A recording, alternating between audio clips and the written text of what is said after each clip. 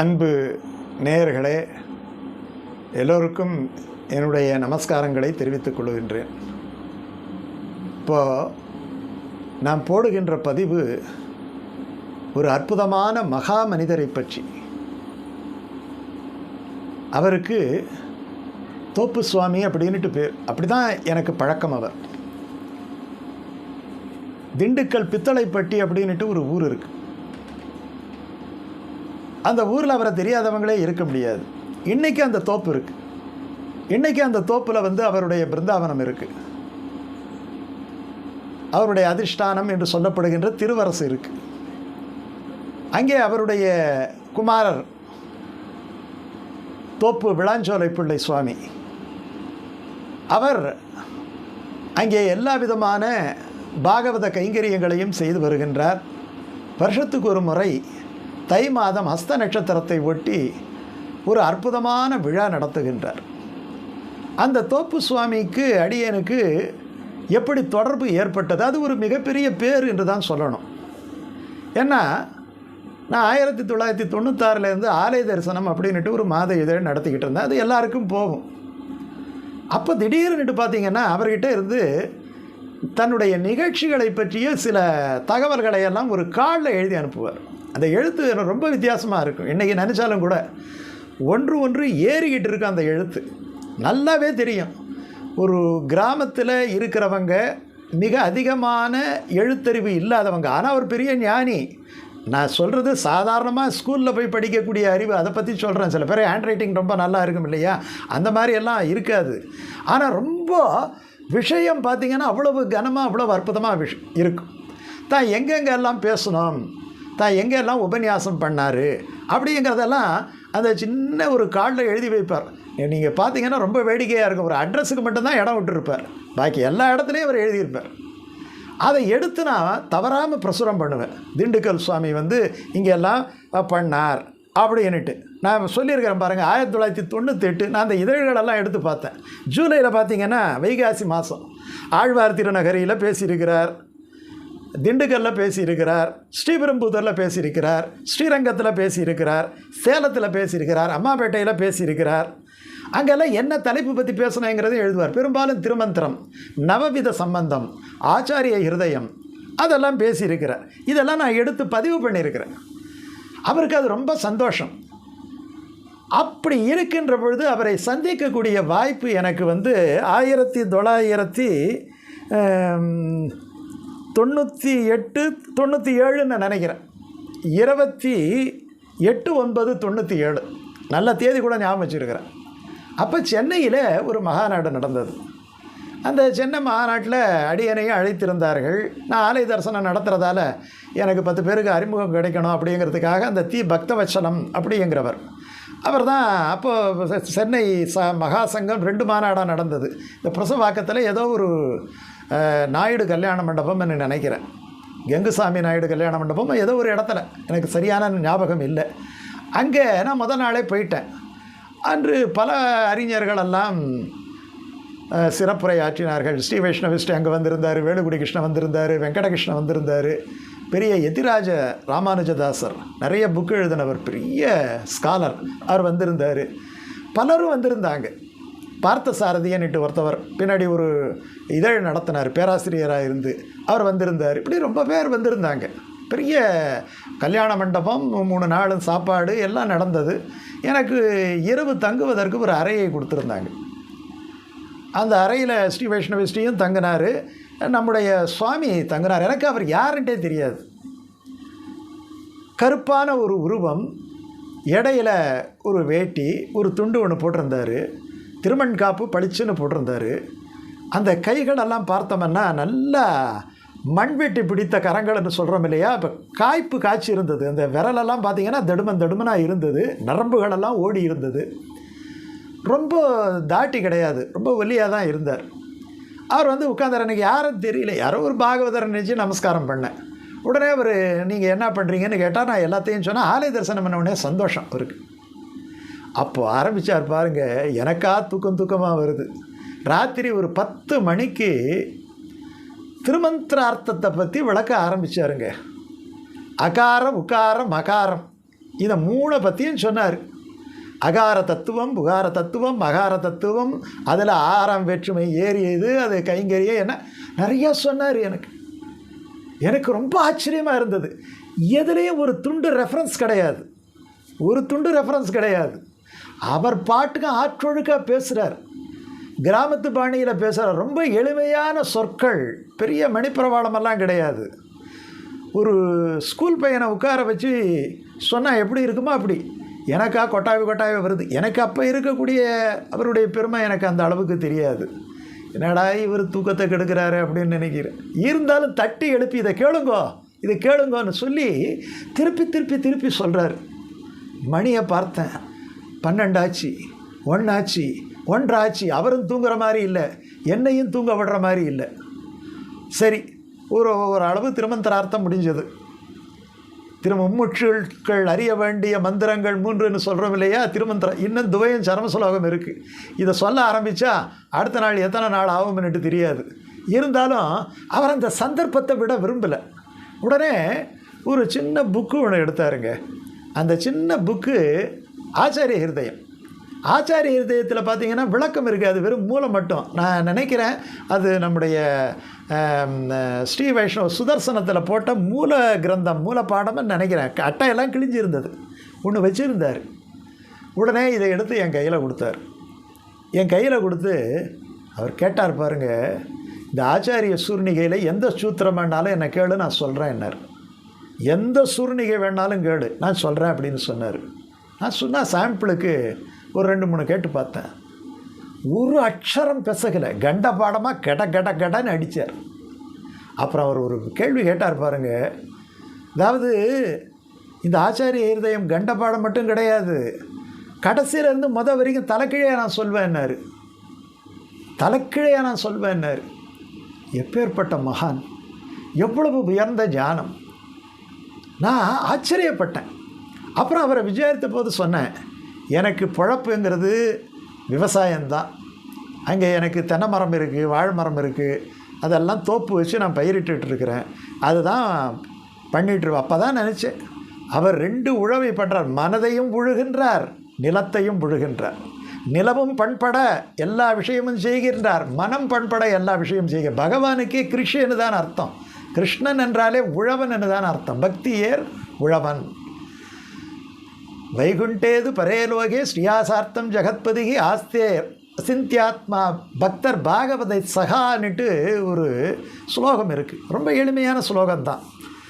அதாவது பகவான் எங்கே இருப்பானா, வைகுண்டத்தில் இருப்பானா? எங்கே இருப்பான் அப்படின்னு சொன்னால் அவன் எங்கே தெரியுமா இருப்பான்? அவன் எந்த இடத்துல பாகவதர்கள் இருக்கிறார்களோ அந்த இடத்துல இருப்பார். அந்த சுவாமி அப்படி சொல்லி மறுநாள் நான் அடுத்த நாள் நேரம் முழுக்க நடந்தது. எனக்கு சாயங்காலத்தில் ஏதோ ஒரு சின்னதாக ஒரு உரையை கொடுத்தார்கள், சொல்லிவிட்டு வந்துவிட்டேன். அதுக்கப்புறம் அவர் நிறைய எனக்கு கட்டுரைகளெல்லாம் எழுத ஆரம்பித்தார். கட்டுரையை எப்படி எழுதுவாருன்னா ஒரு கார்டில் தான் எழுதுவார். ஒரு கார்டு எழுதுவார். இல்லாட்டி போனால் ஏதாவது ஒரு பக்கம் ஒன் சைடு எங்கேயாவது கிடைக்கும், அதை வச்சு நுணுக்கி இங்கேருந்து அப்படி மேலே போகும், மேலே இருந்து கீழே வரும். நான் எல்லாத்தையும் அதை மறுபடியும் எழுதி அதை ரீடைப் பண்ணுவேன். அதில் தான் 2 கட்டுரைகள். அது அவர் ஒரு முறை புவனகிரி மாநாட்டுக்கு வந்திருக்கிறார், அதையும் நான் பதிவு பண்ணியிருக்கிறேன். புவனகிரி மாநாட்டில் நான் அப்போல்லாம் பேச்சை குறிப்பெடுத்து போடுவேன். அப்போ புவனகிரி மாநாட்டில் அவர் சொன்ன ஒரு அற்புதமான விஷயம் எனக்கு இன்னும் ஞாபகம் இருக்குது. பொதுவாகவே இதிகாசங்கள் 2. ஒன்று ராமாயணம். இந்த ராமாயணம் சிறை இருந்தவள் ஏற்றத்தை சொல்லுகின்றது. இன்னொன்று மகாபாரதம், அது தூது சென்றவன் ஏற்றத்தை சொல்லுகின்றது. இப்படி தான் சொல்லுவாங்க இல்லையா? ஆனால் இந்த புவனகிரி மாநாட்டில் அவர் ராமாயணம் என்பது புருஷகார வைபவத்தை சொல்லுகின்றது, சிறை இருந்தவள் ஏற்றத்தை தான் வேறு மாதிரியாக சொல்கிறார். மகாபாரதம் உபாய வைபவத்தை சொல்லுகின்றது. சரணாகதி சாஸ்திரம் இல்லையா? உபாய வைபவத்தை சொல்லுகின்றது. எப்படி சொல்கிறார் பாருங்கள், எவ்வளோ ஆழமான நுட்பமான அறிவு இருந்தால் தான் இதை சொல்ல முடியும். ராமாயணம் என்ன சொல்லுது? புருஷகார வைபவத்தை சொல்லுகின்றது. மகாபாரதம் உபாய வைபவத்தை சொல்லுகின்றது. நான் அதை பதிவு பண்ணியிருக்கிறேன். செப்டம்பர் 98 ஆலய தரிசனம் இதழில் பதிவு பண்ணியிருக்கிறேன். அப்புறம் அவர் திருப்பாவை உபன்யாசம் பண்ணுவார். அந்த திருப்பாவை உபன்யாசம் கூட பார்த்திங்கன்னா அதே 98லன்னு நினைக்கிறேன்.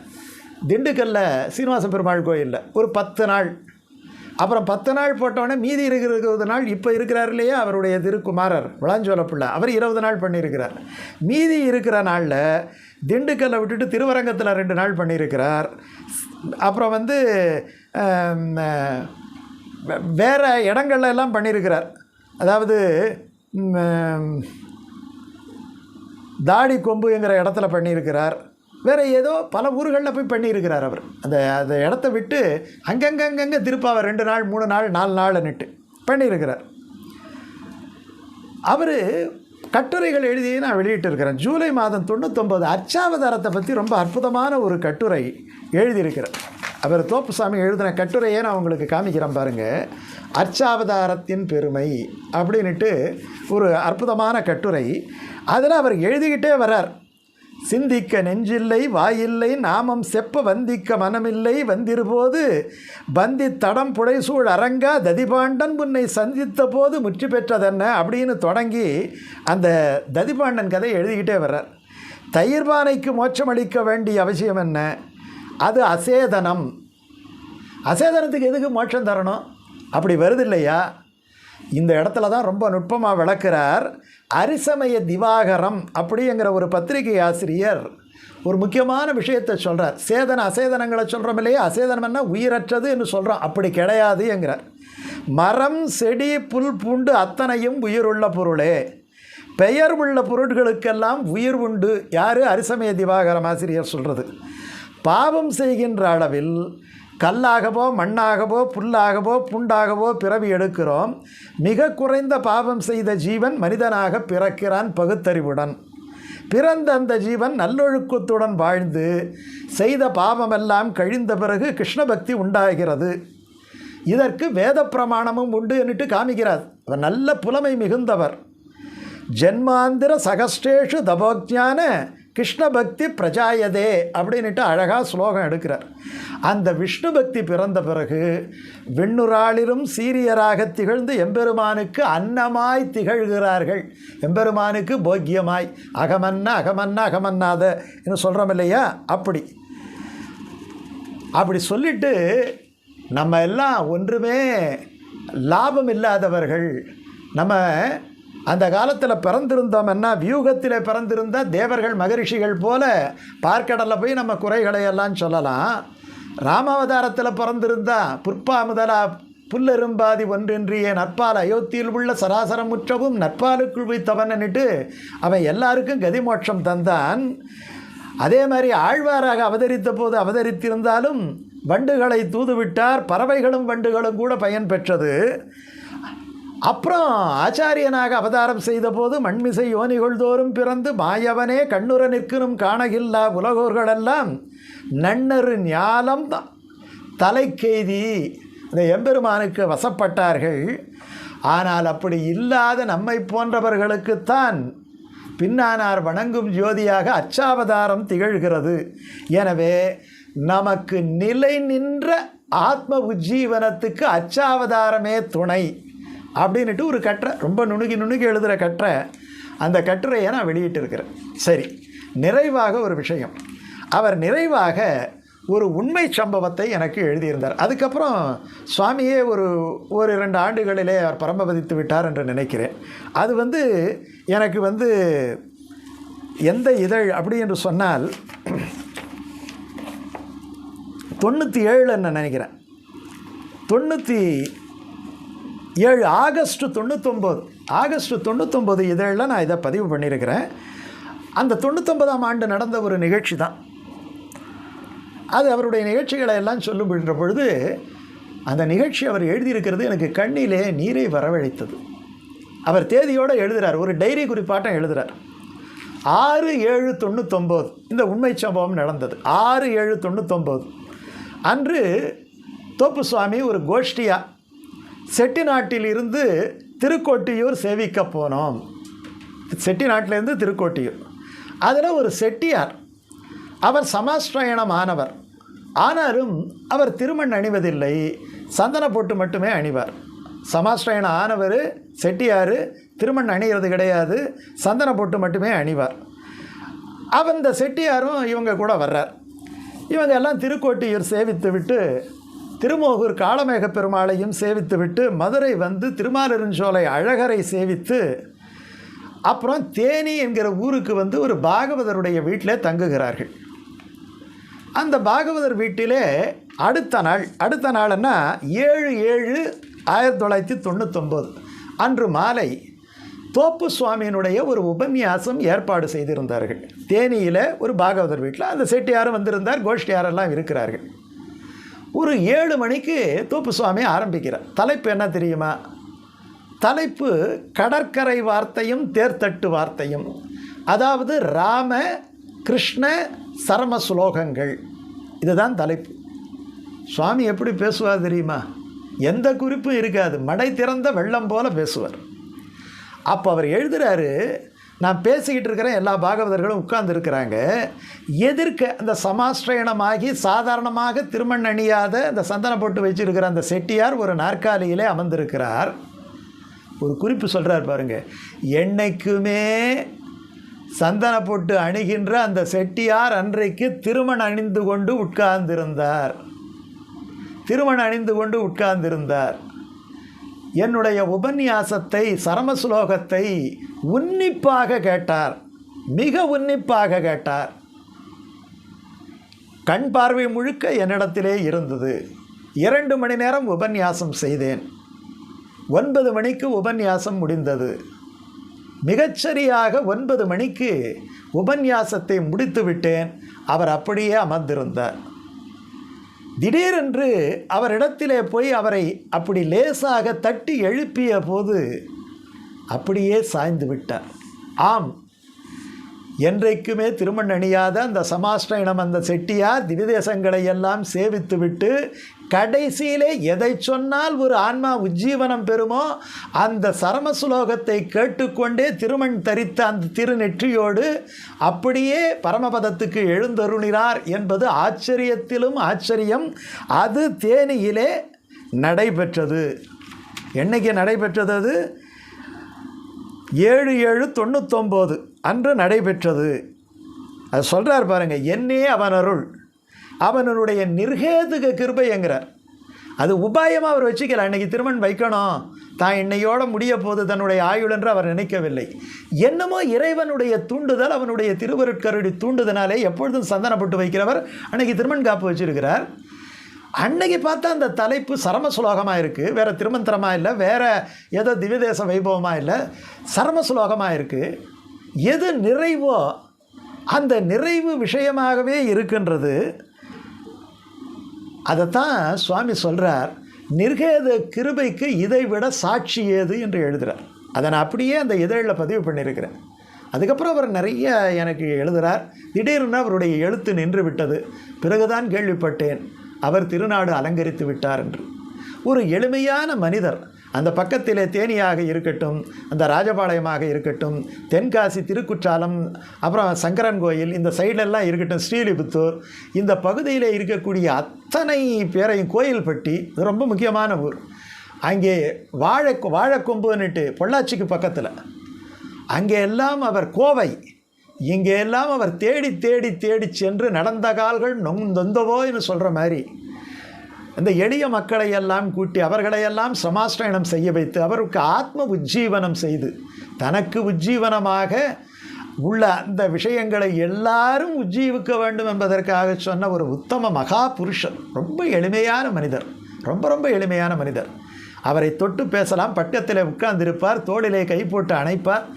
அதாவது பகவானுக்கு எத்தனை சௌலபிய சௌசல்ய விசேஷம் இருந்ததோ அத்தனை விசேஷம் இருந்த ஒரு பரம பாகவதரை நாம் தரிசிக்கக்கூடிய வாய்ப்பு கிடைத்தது. அது அடியேனுக்கு ஒரு வாய்ப்பாக கிடைத்தது என்று சொன்னால், அவர்களை போன்ற பெரியோர்களுடைய அந்த ஜாயமான கடாட்சம், அந்த அருட்பார்வை தான் இன்றைக்கும் ஏதோ 4 வார்த்தை வைணவத்திலே அடியேனை பேச வைக்கிறது.